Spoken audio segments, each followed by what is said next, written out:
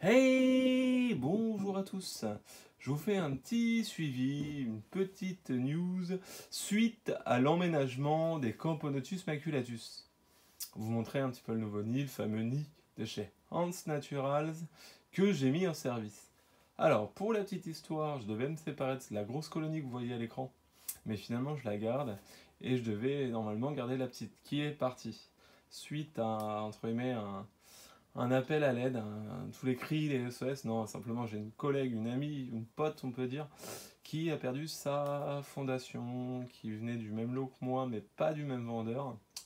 Et elle a eu un souci, et donc au final, j'ai cédé, je lui ai dit, allez, je te lâche ma fondation, prends-en soin, et finalement, je garde les grosses, que j'aime beaucoup aussi.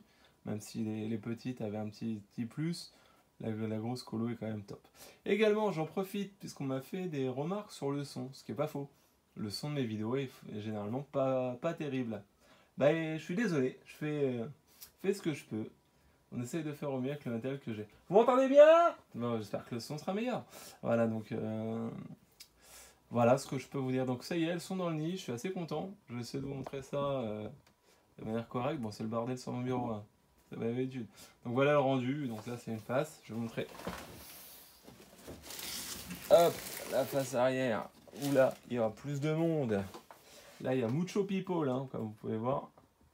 Je vais zoomer un peu là-dessus. Vous voyez un peu? Là, il y a du monde partout.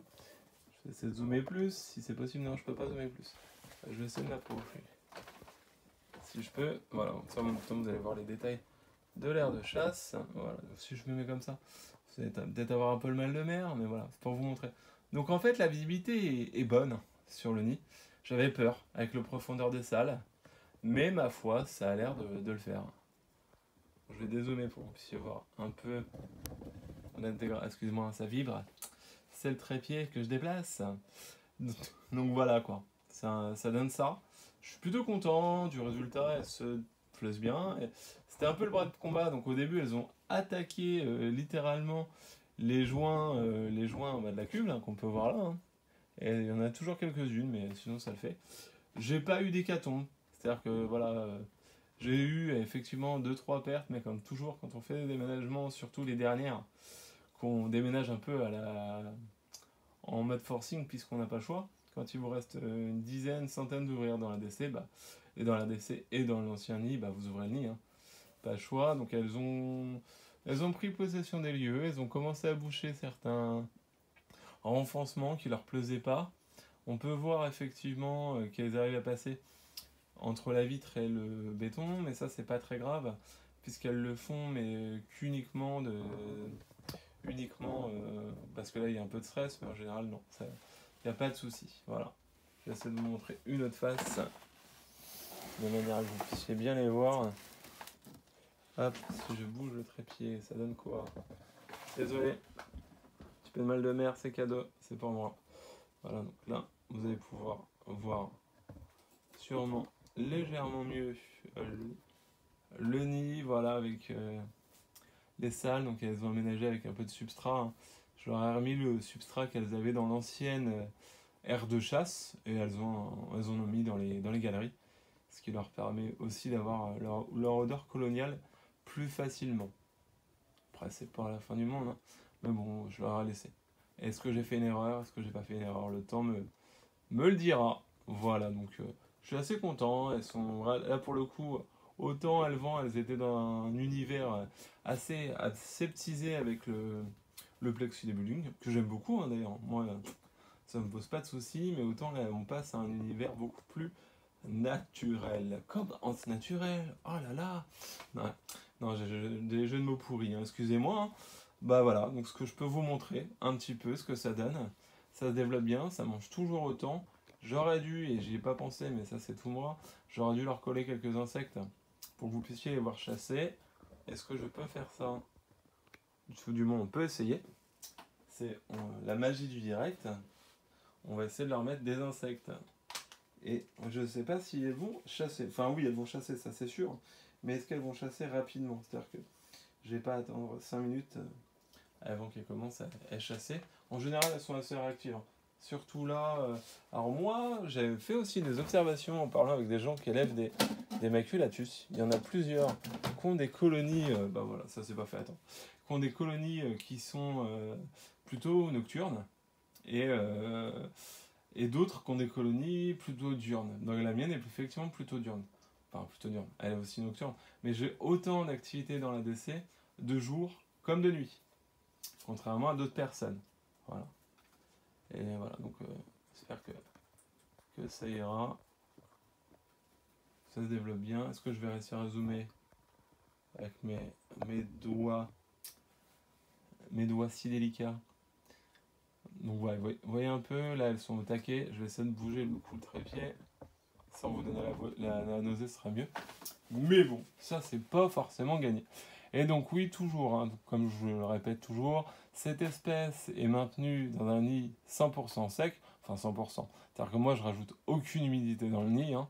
Elles ont juste en permanence un gros abreuvoir dans la DCE comme dans l'ancien nid. Hein. Ça change pas.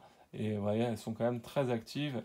Les insectes, c'est leur truc. Là, on a posé il y a 30 secondes. Pauvre larve de teigne. Voilà, elle est plutôt mal barrée, la pauvre. Mais bon, ça leur plaît, l'herbe de teigne. J'hésite pas, c'est vrai que j'en ai pas parlé, hein, parce que comme je dis, les insectes c'est important dans l'alimentation des fourmis, mais il faut pas hésiter à varier les insectes.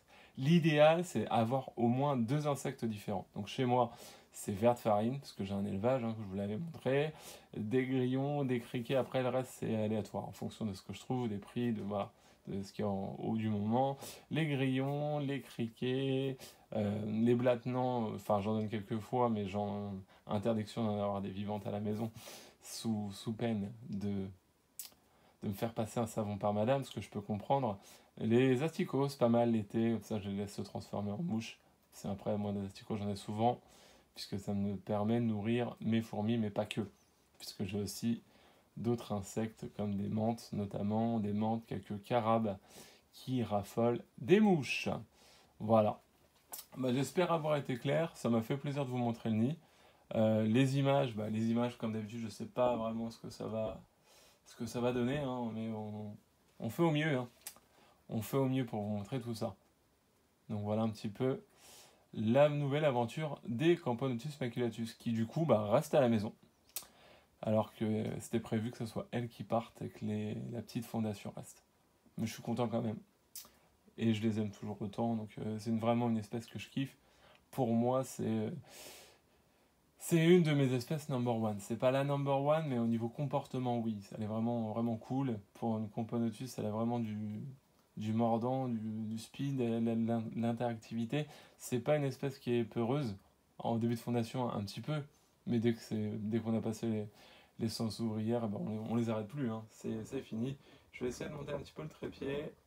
Je vais essayer tout du moins pour pouvoir vous montrer un peu plus en détail la pauvre larve de teigne qui se fait un petit peu dévorer pour le coup.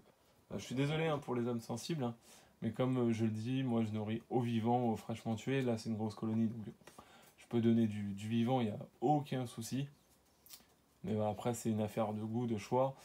Mais voilà, moi, c'est par rapport à mes observations à moi, c'est que le vivant, c'est plus appétant pour les fourmis, du moins pour les grosses colonies, ou alors, si c'est une petite fondation, du fraîchement tué, ça sera pareil. Alors que du congelé, vous allez avoir aussi des bons résultats, hein, mais en fonction de l'espèce, ça consommera moins d'insectes que si ça avait été du vivant ou du fraîchement tué. Voilà, j'espère que la vidéo vous a plu, j'espère que ça sera correct, j'espère que vous m'avez bien entendu, le son était bon. Voilà. Merci à tous, bonne journée, salut!